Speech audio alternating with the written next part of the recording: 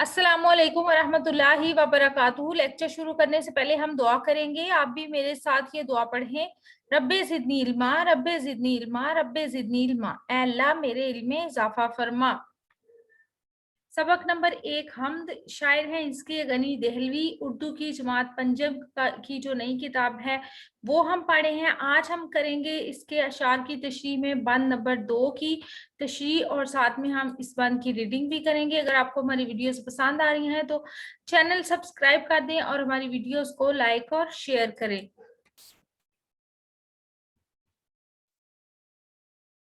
तशरीह की तरफ चलते हैं और आज हम करेंगे बंद नंबर 2।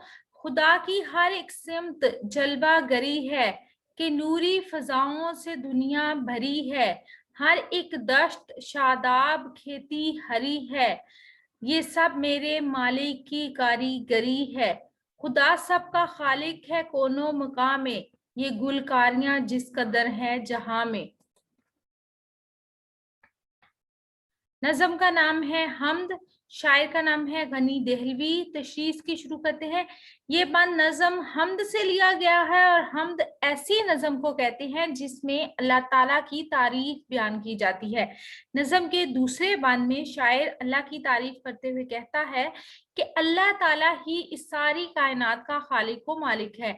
इसने ये सारी दुनिया बनाई है और इसके जर्रे जर्रे से इसकी जलवागरी नजर आती है। इस कायनात की हर चीज में इसका अक्स नजर आता है। अल्लाह ताला ने हमारी खुराक की जरूरत को पूरा करने के लिए फल और सब्जियां पैदा की हैं। सब्जो शादाब खेत उगाए और नौहो इकसाम की फसलें उगाई ताकि हम इससे अनाज हासिल कर सके और अपनी खुराक की जरूरत को पूरा कर सकें। ये सब चीजें अल्लाह की तख्लीक का मुंह बोलता सबूत है। इससे ये बात साबित होती है कि अल्लाह ताला ही वो वाहिद जात है जिसने इस कायनात के जर्रे जर्रे को तख्लीक किया है।